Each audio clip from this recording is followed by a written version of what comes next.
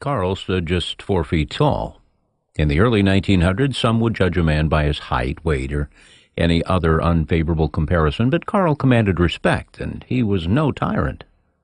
There was no mother in the picture. Carl lived with his father, grandmother, and stepsisters.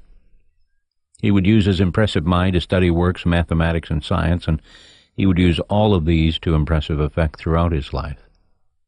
It's said that Carl spoke with a gruff voice, and some may have felt it awkward to argue with him, but then again, most of the time, Carl was right. And this man's sense of humor refused pity. This short, intelligent, and gruff man was a practical joker. He was a contemporary of Thomas Edison, Albert Einstein, Henry Ford, and Nikola Tesla, and they often sought his opinion. Carl found comfort in a cabin built along the Mohawk River where he spent much of his time with his adopted son Joseph and extended family. Carl would never marry. He didn't want his dwarfism, which he inherited from his father and grandfather, to be passed along. In what seemed odd to most, Carl invited his assistant Joe Hayden to come and live in his home. Joe's new wife was uncertain this was workable, but ultimately the Haydens did choose to live with Carl and his unusual pet collection of parrots, turtles, and crocodile. The house bustled with life as the Haydens had 3 children, some of which adopted Carl as their grandpa. The Haydens were still living with Carl when he passed away. His work with electricity was once championed as much as Thomas Edison and Nikola Tesla. Now, he was referred to as the Wizard of Schenectady and the Forger of Thunderbolts. He possessed more than 200 patents. Carl believed in the political ideology of socialism and felt that electricity would steer America in that direction. He also believed in capitalism, but only as a means to use corporate wealth to improve human welfare. As a member of the Schenectady Board of Education, Carl introduced ideas that are still used today, things like school meals, school nurses, and textbooks at no cost to family or students. Months before his death, Carl was called in by industrial car manufacturer Henry Ford. It seemed there was a problem at his plant.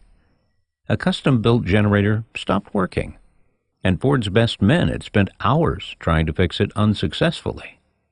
Car building was at a standstill, had been for days.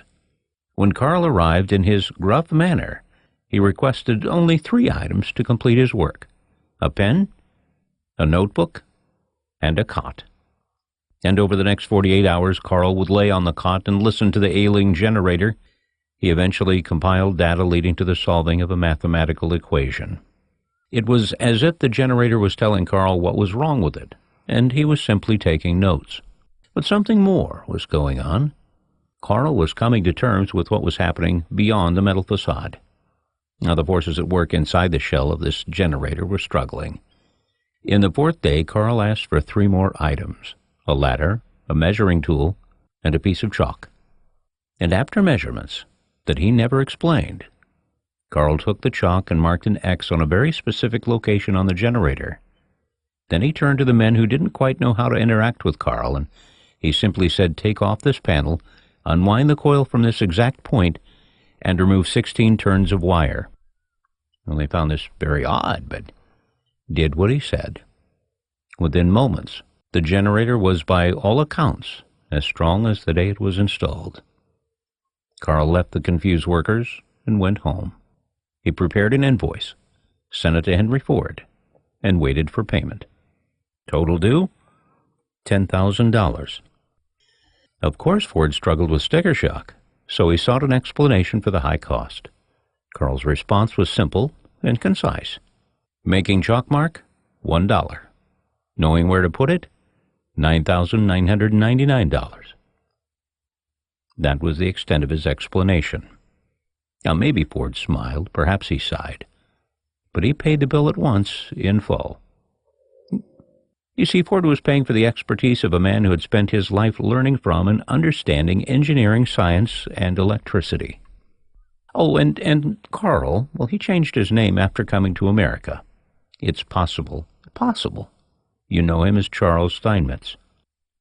Sadly, Charles, passed away in 1923 at the age of 58, just as many of his ideas were gaining steam. This life departure may be why most little remember him. But those who study the origins of electrical engineering and the genesis of electrical systems likely know of this man's contribution. And this forger of thunderbolts is remembered today because he, too, had a backstory.